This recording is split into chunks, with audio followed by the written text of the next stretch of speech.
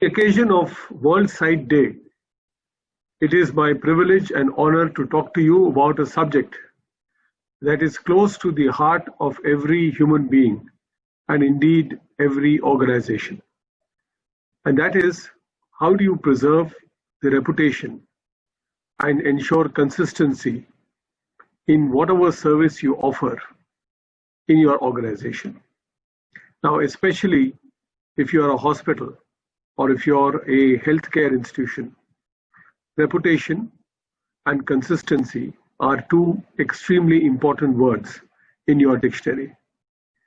Basis whatever experience I have had in a long corporate career, dealing with numerous situations of stress, of crisis, of difficult circumstances, of imponderables, I have come to a set of 4 or 5 lessons that I would like to share with you today, in the hope that some of these are important to you, some of these make you reflect, and indeed some of these will help you to think even further on the topic of reputation and of ensuring consistency. I think the first and most important lesson that I would like to give you is a lesson of most corporates, and that is, how do you build an organization with purpose and values? We have all been taught to build organizations on commercial models. How do you make a profit? How do you ensure you don't get a loss?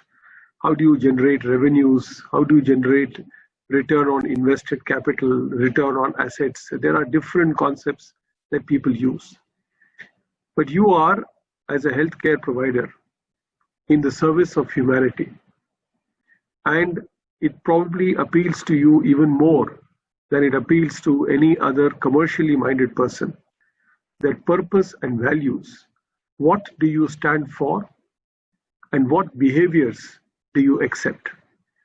This is at the core of what you are as an organization.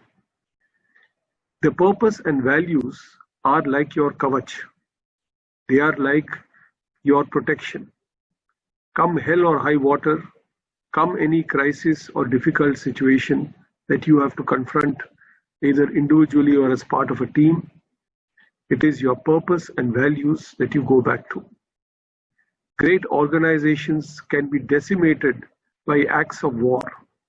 You can have factories and offices and various establishments that are blown to smithereens, and yet that organization will recreate itself if it has got a core set of purpose and values. None more so, my dear friends, than during this pandemic. During this pandemic, the best leaders, the best organizations, the most considerate and the best run institutions have all gone back to their purpose and values of what has made them truly great. Translated, for an establishment or for an organization, purpose and values is what we call culture. And it has always been said, and the noted management thinker Peter Drucker once said famously, culture eats strategy for breakfast. You can have the greatest strategy, but if you have got the most putrid culture, no God, no management guru, and no set of the most competent doctors can help you to run that establishment. So purpose and values at the center of your organization. Second, you are building trust in every act. Sometimes we think that it is important for an organization to be like a double-headed hydra, that one head thinks something and the other head acts in a different way. But organizations are all about orchestration, is all about synchronization. And that means that you have to build trust in every single act.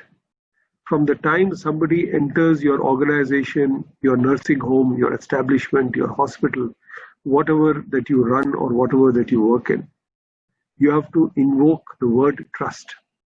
That I trust this group of people to take care of my health. I trust these people to do the right surgery for my eye. I trust that these people will be able to get me out alive. And in your profession, the human being trusts you completely, in almost like a submission to God. Just as we get up every morning and we pray to God and we trust our futures and we trust our destiny at the hands of the Almighty, it is the same that all of us do as human beings when we enter your hospitals or your nursing home. We trust ourselves to you and in your hands, almost in a godlike fashion.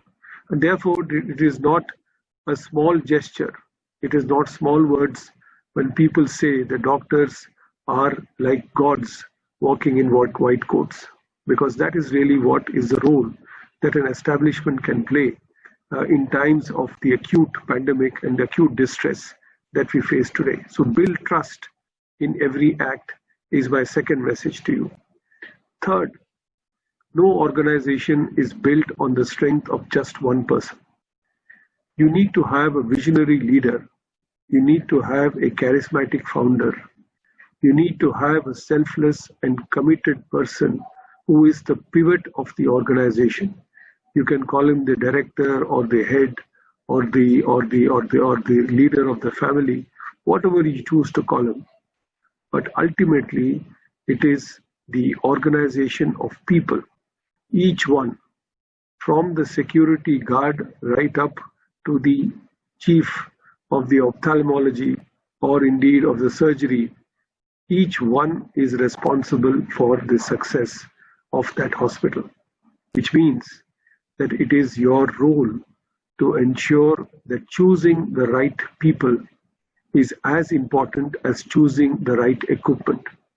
Many times you do go to healthcare establishments and you do find that while the room is glitzy, while the wards look spick and span, while the operation theatre looks like out of outer space, yet you still feel uncomfortable with the kind of service that you're provided, the kind of care and attention that is given to you, the look in the eyes of the ward nurse when you ask for a small help, or indeed when an elderly patient is struggling in a room. The kind of outreach that is being provided is an important element of what I mean. Choosing the right people. Because if you choose the right person and he reaches out in the right way, then you don't have the kind of problems on crisis that happens. Why do people complain of service in a hospital? Why does crisis come to you? It is not because normally your equipment fails. Your equipment doesn't fail. What fails is the hand that serves it. And that is because the right person is not there to do the right actions, to reach out in the right manner. So it is important that you choose the right people. I have noticed time and time again in every crisis that I have been, if I have found myself with the right group of people, no matter what the crisis is, we have managed to come out. It is only when there is a disjoint between the wheel and the axle that you have a problem, that the car doesn't move forward. And that is when you have the problem. So choosing the right people is clearly an important decision that you need to make to maintain the reputation and consistency of your organization. Fourth, human beings are fond of listening to stories. Human beings are not fond of listening to PowerPoint presentations with numerous slides giving numerous details, all in a very disjointed and disconnected manner. Human beings move and get inspired only by stories of how the organization has progressed. And therefore, in your hospital, in your nursing home, have live examples of culture at work. Celebrate these people. Highlight these people. Point out the stories where things went right. Point out to stories when things went wrong.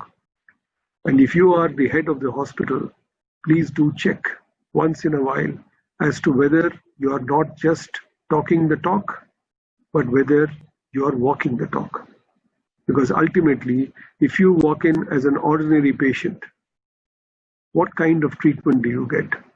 How does a person deal with you? What kind of amenities and facilities do you get exposed to?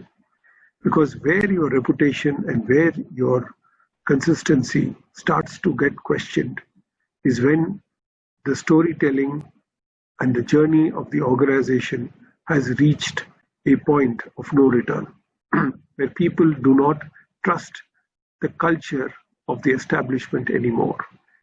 And that is up to you as the leader to be able to practice at all points in time. So the task of a leader is not just to be able to run an establishment, but it is to nurture a family. And this family is your family of doctors, your family of people who help you to run the establishment that you have started, the service that you have provided, and the many million people that you're dealing with on a day-to-day basis. So storytelling the journey is extremely important. And don't forget this, because your people will forget all the PowerPoints that you have made, all the training programs that you have given, but they will not forget the one story about that one doctor who managed to save a patient miraculously, and about how well this patient responded thereafter, and how that became the establishment of the reputation of your institution. It is on stories that human beings get inspired. And last but not the least, having the conviction, having the desire, having the attitude, having the passion, having the necessary capability of hard work to do the best and to be the best in what you consider to be your area of specialization.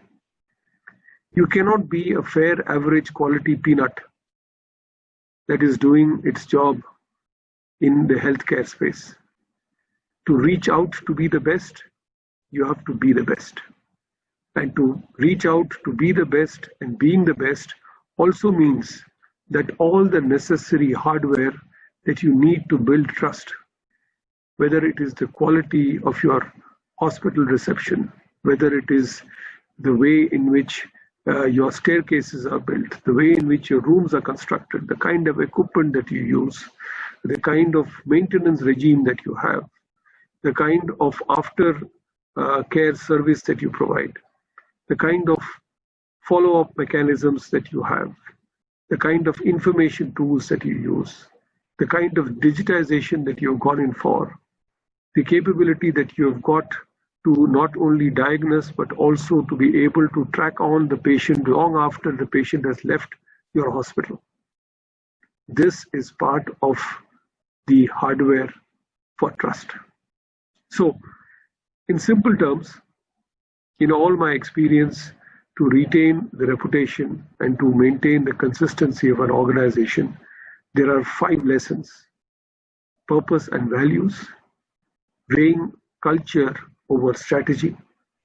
Second, building trust in every act that you go through, in the organization, in every service that you offer, in every word that is spoken, in every action that is taken.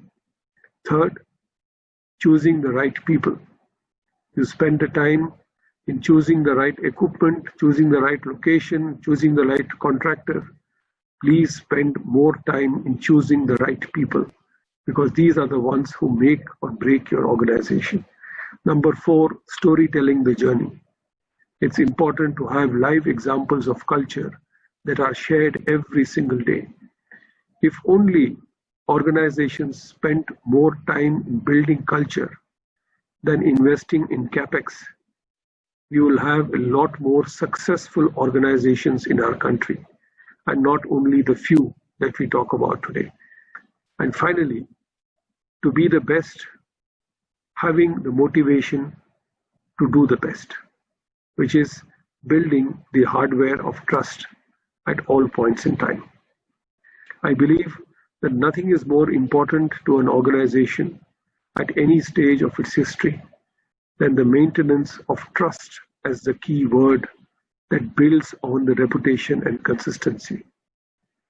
Trust is a word that can be lost in seconds, and it takes generations to build. and sometimes we take this word very, very lightly. But a bad experience, a bad incident, a insensitive or mishandled situation in a hospital can be catastrophic. You grow from being a hero to being a zero on that same day. I do hope that whatever little I've been able to share is something that resonates with you, something that is useful to you.